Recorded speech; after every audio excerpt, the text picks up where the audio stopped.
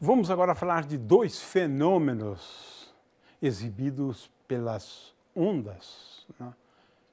Que ondas? Todas as ondas exibem esse fenômeno, ou esses fenômenos, da interferência e da difração. Agora, a luz exibe esses fenômenos de tal forma que alguns fenômenos são particularmente bonitos, né? Muito bem, e surpreendentes também. Para a gente entender interferência, vamos assistir a esse pequeno vídeo aqui. Neste vídeo usaremos uma cuba de ondas, uma haste plana acoplada a um motor com frequência ajustável, uma haste com esferas de plástico e obstáculos feitos com barras de PVC. Iniciaremos ligando o motor, que fará com que a haste plana provoque um movimento vertical na superfície da água, formando ondas planas que são projetadas na tela por meio de um espelho.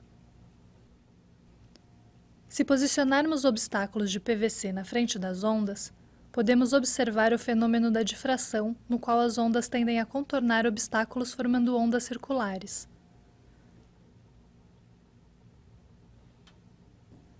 Se as peças de PVC forem posicionadas de modo que se formem duas fendas, podemos observar a formação de duas fontes de ondas circulares, uma em cada fenda.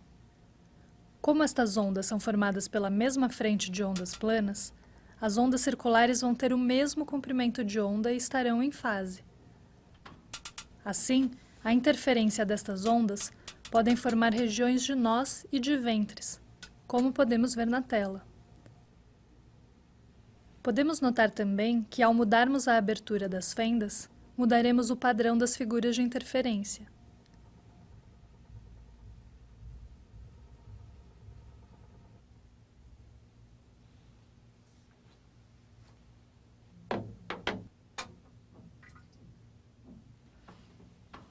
Outra maneira de se obter interferência das ondas é por meio de ondas circulares formadas por duas esferas de plástico tocando a superfície da água.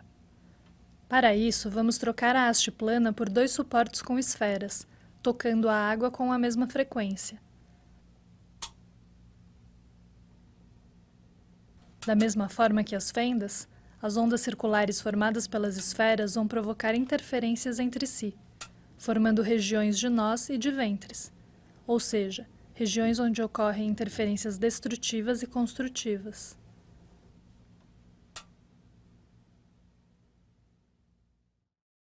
Interferência da luz, interferência óptica, é um fenômeno que foi descoberto por Young, Fresnel, Young e depois, né? Basicamente baseados numa experiência na qual nós temos duas fendas, ondas passam por essa fenda e vão interferir no anteparo.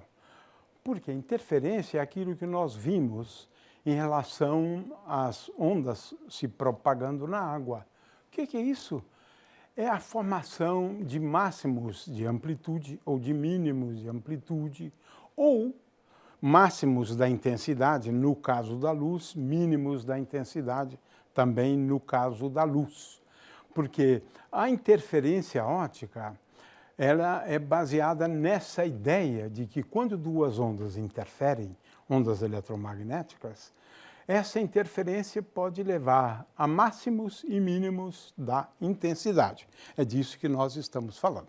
E nós temos, às vezes, né, algumas fotos, né, isso é fácil, na verdade, né, reproduzir, né, produzindo essas figuras maravilhosas, né, como resultado da interferência de ondas, né. Muito bem. Em primeiro lugar, o que é a intensidade de uma onda? A intensidade de uma onda é sempre proporcional à amplitude dela ao quadrado. No caso de uma onda eletromagnética, a intensidade é igual a uma constante aqui na frente, ε0c sobre 2, né, vezes E, 0 ao quadrado. E0 é, na realidade, a amplitude da onda eletromagnética, né? É o valor máximo do campo elétrico, né? Muito bem. Uma onda, que vamos considerar em seguida, todas as ondas vão recair nesse caso, uma onda psi vai ser escrita como a amplitude A vezes o cosseno de φ, onde φ é uma fase, né? Vamos ficar atentos para esses nomes, né? Ora, no caso das ondas esféricas, a fase, ela depende de R é a distância até a origem onde foi produzida a onda. Então é Kr menos ômega-t mais uma fase, né? A gente sempre coloca uma fase aqui, né? Muito bem, então essa fase aqui é a fase em R igual a zero e T igual a zero, por exemplo, né? Muito bem. A amplitude, no caso de uma onda esférica, ela vai com a zero, uma constante, dividido por R. Nas ondas planas, a fase ela é dada por K escalar R menos ômega-t mais delta. A amplitude, por outro lado, numa onda plana monocromática, né, a amplitude é constante, né? Aqui eu tenho uma figura para o que seja a amplitude e note-se que a fase é função do tempo. Então, depois de um certo intervalo de tempo, a fase é outra, né? Muito bem, a fase em cada ponto, claro, né? Muito bem. Então, agora vamos à questão de superposição de duas ondas. Eu espero que isso fique bem claro, né? O campo elétrico, ele é sempre perpendicular à direção de propagação, né? Então, ele está sempre contido num plano, né? Portanto, ele tem uma componente x, que é, por exemplo, o campo E1, né? Falando agora de campos, eu estou calculando o campo elétrico em duas componentes, componente x e componente y. O componente x é 1 cosseno φ, componente y é igual a 1 vezes seno φ. Φ pode ser uma daquelas fases lá que eu acabei de mencionar, né? Muito bem, o campo E2, né? Tem também duas componentes, mas agora eu troco E1 por E2 e φ1 por φ2, porque cada onda tem uma fase diferente, né? É claro que E1 aqui é o módulo, né? É o módulo do campo elétrico, né? Muito bem. Agora, o meu problema é o seguinte, eu tenho aqui duas fontes que produzem, né, ondas eletromagnéticas, né? E agora eu tenho um ponto P no qual incidem essas duas ondas. É isso, né? Ora, então eu tenho um problema de superpor as duas ondas, ou seja, determinar o campo elétrico da onda que resulta da superposição de duas ondas. É isso. E igual a E1 mais E2, e nós vamos estar interessados na intensidade da onda eletromagnética resultante, né? Ora, agora é fazer continhas, né, para se verificar uma coisa curiosíssima. E ao quadrado igual a E1 ao quadrado mais E2 ao quadrado, mais duas vezes E1, E2, vezes cosseno da diferença de fase das duas ondas. Ou seja, a intensidade, portanto, né, dessas ondas superpostas pode ser escrita assim: intensidade da primeira, intensidade da segunda, mais duas vezes a raiz quadrada de 1 e 2, vezes o cosseno da diferença de fase das duas ondas. É isso que a gente precisa agora analisar. A gente começa analisando uma situação onde a diferença de fase é igual a zero, né, para simplificar as contas, né? E olha só, agora a intensidade depende basicamente da distância percorrida pelas duas ondas. É bem bonitinho isso, é bastante simples, né? Veja aqui um caso especial. I1 é igual a I2. Ora, a intensidade é 4 vezes I0, vezes cosseno ao quadrado da diferença de fase, dividido por 2, ou seja, K vezes R2 menos R1, dividido por 2. Essa função cosseno ao quadrado está mostrada aqui. Ela tem valores máximos e mínimos, 0 e 1. 1 e 0. É isso. Cosseno ao quadrado, o máximo é 1 e o mínimo é 0, né? Claro, porque é o cosseno ao quadrado. Muito bem. Ora, então a questão é, para que distâncias R2 menos R1 acontece máximos da intensidade? E é fácil perceber que é quando a diferença de fase é igual a m vezes 2π, onde m é Pode ser 0 também, mas eu nunca considero muito esse caso, né? Mas pode ser 0, 1, 2, 3, o número inteiro, na verdade. Olha só, nesse caso, a intensidade máxima é 4 vezes a intensidade de cada uma das ondas. Fantástico, como é feito, muito bonito, né? Agora, os mínimos acontecem quando eu tenho aqui um número que é um semi-inteiro vezes 2π. E nesse caso é fácil verificar que a intensidade mínima é igual a 0. Agora vamos a um caso mais geral, né? No caso mais geral, poderia até considerar aqui a diferença de fase, mas veja, a intensidade mínima tem essa expressão. Ela não se anula, porque I1 é diferente de 2, né? E a intensidade máxima é essa soma aqui, né? Raiz de 1 mais raiz de 2. Né? Então, eu produzo máximos e mínimos. Né? Agora, a condição é a seguinte, agora eu estou falando em termos de índice de refração, né? N vezes a distância entre os dois pontos, né? É igual, vamos considerar o caso mais simples, agora eu estou expressando em termos do comprimento de onda. Ou seja, N vezes a distância percorrida pelos dois raios luminosos, né, é igual a um número inteiro, m, vezes o comprimento de onda da onda. Isso é bom terem sempre em mente. Nós chamamos n vezes essa diferença de distância de diferenças de caminhos ópticos, porque o caminho óptico envolve um índice de reflação, além da distância, né?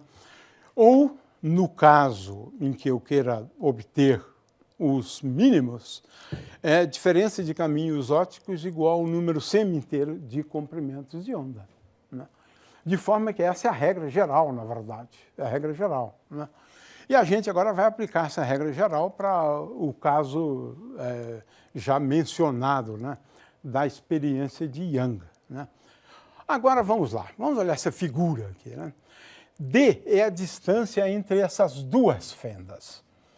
A onda sai daqui, a outra sai daqui, mas nesse ponto elas estão em fase, então esqueça a diferença de fase, né?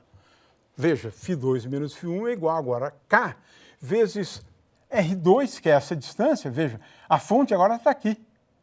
R2 é essa distância, R1 é essa distância. É isso.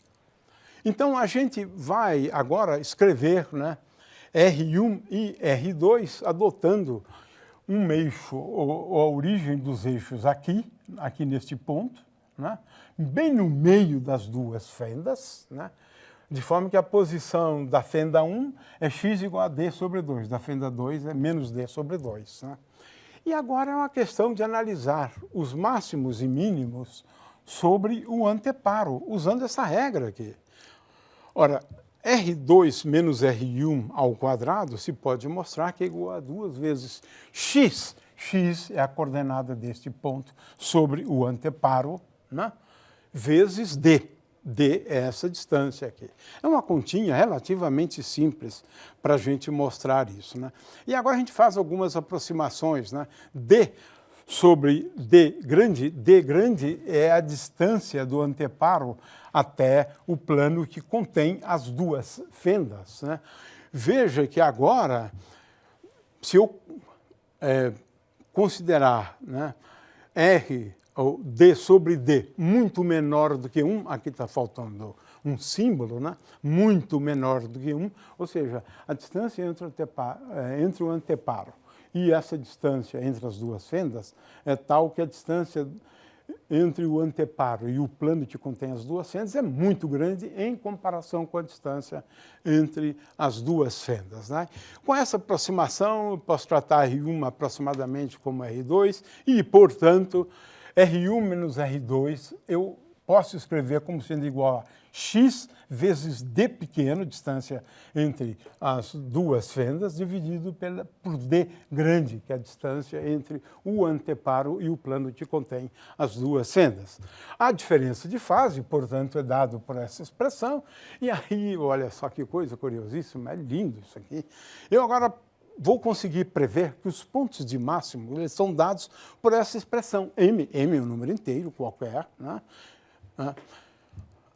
Vezes lambda, vezes, e agora D dividido por D. Esse módulo de M, aliás, M aqui pode ser negativo ou zero. Então, essa expressão bastante geral. Os máximos acontecem por alguns valores de x. E os mínimos? Os mínimos estão entre os máximos, na verdade, nesse caso, né? Eles são dados por essa expressão aqui. Né? Um número semi-inteiro de lambda vezes D grande dividido por D pequeno. Módulo de M, novamente, igual a 0, 1, 2, 3, 4. Olha só, existe um espaçamento entre os mínimos que é dado por lambda vezes D grande dividido por D pequeno. E isso é muito interessante. Eu tenho aqui, então, as figuras, né, de interferência. Aí temos, né? Veja, pontos de máximos e pontos de mínimos, pontos de máximos, máximos, máximo, máximo, máximo, né? E um máximo, entre dois máximos, um ponto de mínimo, né? E essa figura, então, que a gente tem aqui, né? Muito bem. Agora, eu considerei um caso, mas existem tantos outros, né, que a gente poderia analisar, né? Um deles é este aqui, né? Uma lâmina bem fininha. Aí, veja, as diferenças de caminho óptico são este aqui, o refletido, o outro que é refratado, refletido aqui, depois é refratado aqui. Então, eu tenho diferenças de caminhos ópticos entre cada raio luminoso, pelos raios luminosos. Consequentemente, eu vou ver aquilo que está à direita, né? Na verdade, existe um caso mais simples ainda, né? Você tem uma gota de óleo ou uma mancha de óleo no chão. Quando você vê aquela mancha de óleo sob determinadas circunstâncias, ela fica linda, né? É efeito da interferência, produzindo isso que nós estamos vendo aqui à direita. Esse é um outro exemplo. Newton descobriu um outro exemplo, né? Uma lente praticamente colocada sobre um vidro, né? E agora você vai ver, em função de R, a distância, né, de um ponto aqui até o centro da lente, em função de R, você vai observar máximos e mínimos, e a fórmula está dada ali acima, né? Mas o fato é que você vai ver figuras como essas aqui. Realmente são figuras muito bonitas, né? Onde você tem regiões, agora, veja, olhando de cima, nós estamos vendo circunferências, né? Veja, de máximos e mínimos, né? Agora, esse tipo de interferência pode acontecer com elétrons também. Na verdade, nunca se percebeu, nunca fizeram uma experiência para observar isto, né? Mas, de qualquer maneira, essa é a ideia aqui, né?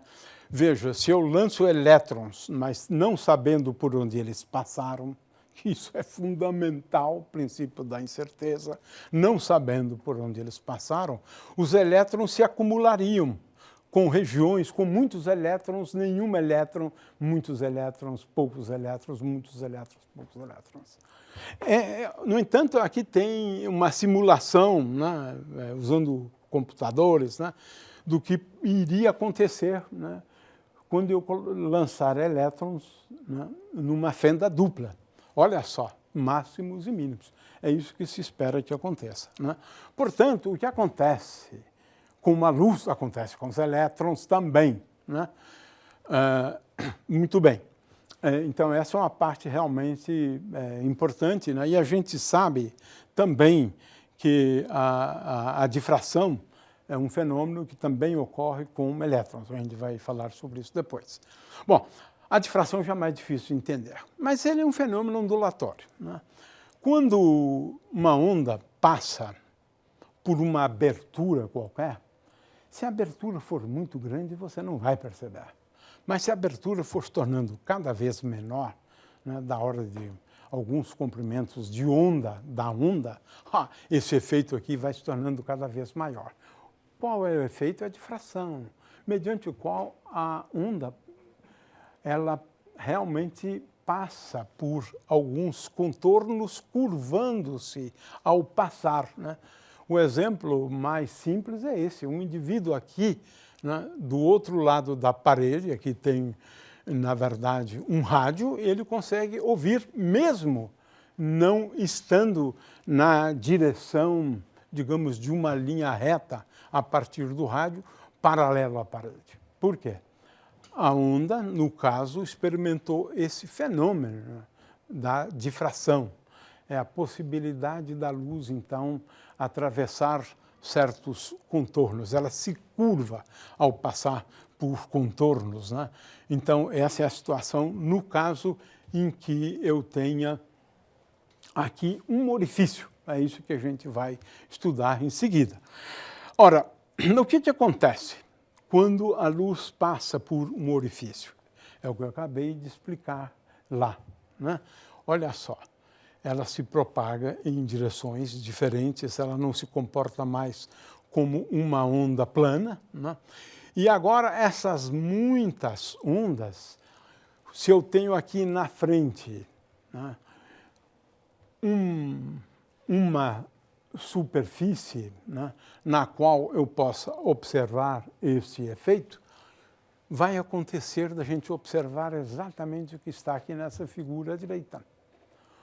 No centro, muito bem iluminado, mas olha só, depois pouca luz, ao longo de uma área circular. Depois um pouco mais de luz, depois menos luz, mais luz, menos luz, e assim por diante. É um efeito belíssimo isso aqui, não é? Agora, o que é, na verdade, a difração?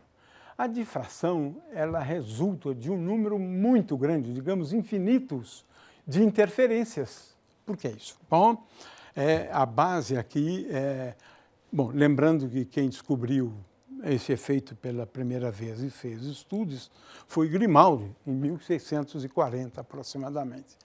Agora, para a gente entender o que segue, a gente usa o princípio de Huygens, ou Huygens-Fresnel, né? Eu tenho aqui uma onda, e aqui eu tenho a frente de ondas. De acordo com esse princípio, todos os pontos localizados sobre uma frente de ondas, eles passam a atuar como fontes de ondas. Fontes de ondas, né? Então, veja, o que a gente observou aqui, na verdade, nessa figura, é isto. Cada ponto aqui, né, sobre o orifício, ele vai acabar se comportando como fontes de ondas. Além, por isso que acontece isso que estamos vendo agora, né? Ou seja, esse é o aspecto mais importante para entender, né, a difração. Então, o que a gente faz? Existe uma teoria, né, conhecida como teoria de Kirchhoff, né, para a difração. Essa teoria ela acaba nos levando a integrais, né, de funções x', x'. X' e y' são pontos na abertura. Pode ser uma abertura, um orifício circular, retangular. X' e y' são pontos localizados sobre a abertura, sobre o orifício, né? Então, eu tenho que somar sobre todos os pontos do orifício dessa função aqui. E não é uma função tão complicada, mas as integrais são muito difíceis, na realidade, de serem efetuadas, né? Mas a forma delas é diferente. x0, y0 e z0 são os pontos da fonte. A fonte emanou de um ponto, cujas coordenadas x0 são x0, y0 e z0. X, y, z são as coordenadas do ponto, né, sobre o anteparo. Pronto, eu tenho lá um anteparo. X, y, z são os pontos localizados sobre o anteparo. Tenho, então, uma expressão bem geral, mas essa expressão é muito difícil de fazer contas com ela. É mais fácil quando a gente recorre a uma aproximação. E aí temos uma difração conhecida como difração de Fraunhofer. O que eu faço? Eu considero esse rei zero muito longe, né, da abertura. Eu considero o ponto sobre o anteparo, né, muito longe da abertura, ou pelo menos com dimensões bem maiores do que as dimensões da abertura. É isso, né? E aí vale uma aproximação linear. Ou seja, aquelas ondas que eram esféricas eu transformo em ondas planas, né? E aí eu recaio em integrais desse tipo aqui, né? E essas integrais aqui, no caso de uma um orifício retangular, elas são fáceis de serem realizadas, né? Então a gente recai a expressões do tipo seno de x, digamos, de a ao quadrado vezes seno de y ao quadrado dividido por y. Então, seno y sobre y ao quadrado, seno x sobre x ao quadrado. É claro que preciso escrever as expressões para x e y, mas o fato é que essa função seno x sobre x tem esse tipo de comportamento aqui que vai se refletir, então, na realidade, na forma que a gente tem, né, no anteparo, né, essa luz que se acumula no anteparo proveniente do orifício, mas agora levando em conta as infinitas interferências, porque, na verdade, eu somo as distâncias de cada ponto do orifício até o ponto no qual nós estamos fazendo a observação. Eu tenho a interferência dessas ondas, mas provenientes de muitos pontos. E o resultado, então, é este aqui. Um outro tipo de orifício, mas é mais difícil trabalhar, aí envolve funções de Bessel, é o caso de um orifício circular. Ele é bem mais difícil de ser tratado, né? Mas o fato é que tem gráficos aqui da função de Bessel relevante, aí já é uma coisa mais complexa do ponto de vista matemático, e o resultado experimental que você observa é esse aqui. Na verdade, se eu tenho um orifício circular, veja, aquele ponto bem na frente, aqueles pontos bem na frente do orifício ficam bem iluminados, né? Mas depois, olha só, tenho ali uma região de intensidade nula, de maior intensidade, menor intensidade e assim por diante, né? Muito bem, então vamos a esse vídeo de difração ou sobre a difração para a gente encerrar essa aula. Nesta experiência usaremos um laser, um anteparo branco em um suporte ajustável, um suporte para slides com diferentes materiais, fendas e orifícios de dimensões variadas.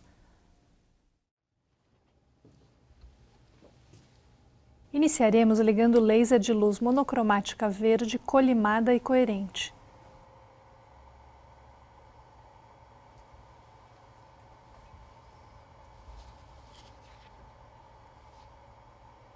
Em seguida, com uma fenda, poderemos ver os efeitos da difração da luz. Para isso, usaremos duas lâminas de barbear coladas numa placa fina de acrílico de maneira que formem uma fenda. O importante é que essa fenda seja muito fina, de modo que possamos observar as figuras de interferência da luz. Posicionando a fenda bem em frente ao feixe, visualizaremos as figuras de difração e interferência da luz que passa através da fenda. Ao variarmos a espessura da fenda, podemos ver a mudança nas figuras no anteparo. Quanto mais estreita for a fenda, mais espaçados serão os pontos de máximos e de mínimos. Ao invés da fenda, podemos usar um outro obstáculo bem fino, por exemplo, um fio de cabelo anexado a um suporte.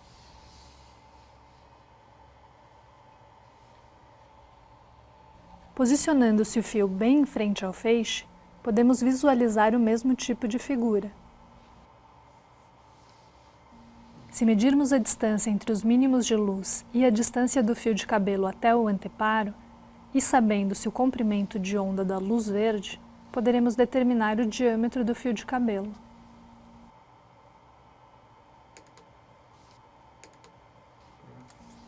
Por fim, usaremos um slide com diversos tipos de fendas simples, fendas duplas e orifícios variados. Cada tipo de fenda ou orifício produzirá uma figura diferente na tela. Assim, veremos que quanto mais fina for a fenda ou orifício, mais espaçada será a distância entre os máximos e os mínimos de luz.